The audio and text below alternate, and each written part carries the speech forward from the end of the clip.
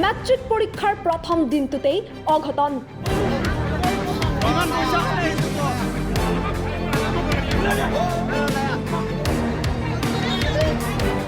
দহ বজালৈ পৰীক্ষা কেন্দ্ৰ আহি নাপালে প্ৰশ্ন কাকত।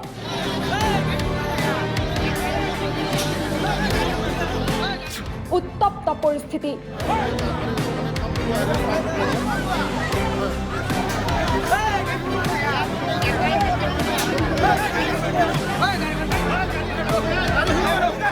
শিক্ষকক জবাবদিহি অভিভাৱকৰ। ইনচাৰ্জ 1 নম্বৰ আৰু ইনচাৰ্জৰ লগত কমিটিত থকা সভাপতি সম্পাদকক আপোনালোকে এটা বিহিত ব্যৱস্থা কৰিব লাগিব। ল'ৰা ছোৱালী ভৱিষ্যতৰ ওপৰত কিয় হেতাৰলৈ উকলি কৰিছে, কমিটিৰ সভাপতি সম্পাদককো মই দোষী সাব্যস্ত কৰিম। মেট্ৰিক পৰীক্ষাৰ প্ৰথম দিনটোতেই পৰীক্ষা কেন্দ্ৰৰ বাহিৰত হুলস্থুলীয়া পৰিৱেশ। 9 বজাৰ পৰা আৰম্ভ হ'বলগীয়া আছিল ইংৰাজী বিষয়ৰ পৰীক্ষা। পিছে 9:30 পাৰ হৈ যোৱাৰ পিছতো প্ৰশ্ন কাকত আহি নাপালে পৰীক্ষা কেন্দ্ৰত। ইয়াৰ পাছতেই উত্তপ্ত হৈ পৰে পৰিস্থিতি।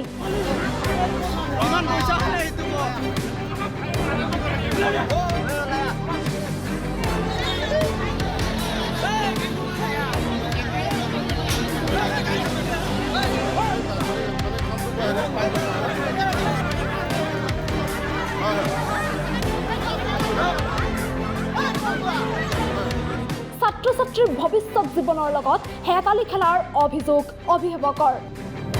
প্ৰশ্ন কাকত সময়মতে আহি নোপোৱাৰ বাবে ক্ষোভত ফাটি পৰে অভিভাৱকসকল। সময় পাৰ হোৱাৰ বহু সময় পিছতহে পৰীক্ষা কেন্দ্ৰত আহে প্ৰশ্ন কাকত, যাৰ পাছত অভিভাৱকসকলে দাবী উত্থাপন কৰে। পৰীক্ষাৰ সময় বঢ়াই দিয়াৰ লগতে শীঘ্ৰে ইয়াৰ উচিত তদন্ত কৰি বিচাৰৰ বাবে দাবী উত্থাপন কৰে অভিভাৱকসকলে।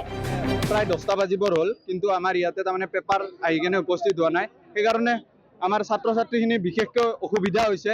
সেই অসুবিধাখিনি কেনেকৈ হ'ল, তাৰমানে টাইমটো পাছ হৈ গ'ল। পাছ হৈ যোৱাৰ পিছত তাৰমানে তেওঁলোকে তাৰমানে টাইমটো মেকআপ কৰিব নোৱাৰিব। সেইকাৰণে তাৰমানে টাইমটো বাঢ়াই দিব লাগে, নহ'লে কিন্তু আমি কিন্তু কৰাৰ তাৰমানে অস্বীকৃতি। প্ৰথমতে প্ৰধান শিক্ষকৰ আৰু দ্বিতীয়তে আমাৰ এই শিক্ষক মণ্ডলীৰ। দুৰ্ভাগ্যজনকভাৱে গাছবাৰী পৰীক্ষা চেণ্টাৰত যিজন পৰীক্ষা পৰিদৰ্শক অৰ্থাৎ গাছবাৰী হাইস্কুলৰ প্ৰধান শিক্ষকজনৰ হেমাহিৰ বাবে পৰীক্ষা কাকত 9:30 বজালৈকে আহি নাপালে। গতিকে 9 বজাত আৰম্ভ হ'বলগীয়া পৰীক্ষাৰ প্ৰশ্ন কাকত 9:30 বজাত আহি গৈছে। নিশ্চিতভাৱে পৰীক্ষা 10 বজাৰ আগত আৰম্ভ কৰিব পৰা নাই। গতিকে হাইস্কুল শিক্ষান্ত পৰীক্ষাটো হৈছে শিক্ষাৰ্থীসকলৰ এটা ভৱিষ্যত গঢ়াৰ প্ৰথম পদক্ষেপ।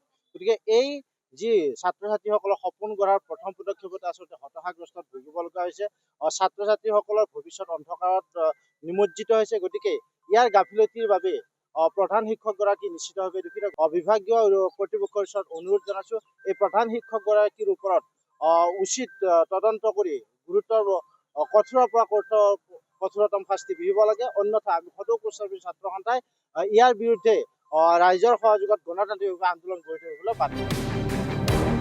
গুৰেশ্বৰৰ পৰা চম্পক চৌধুৰীৰ ৰিপৰ্ট, টাইম 8।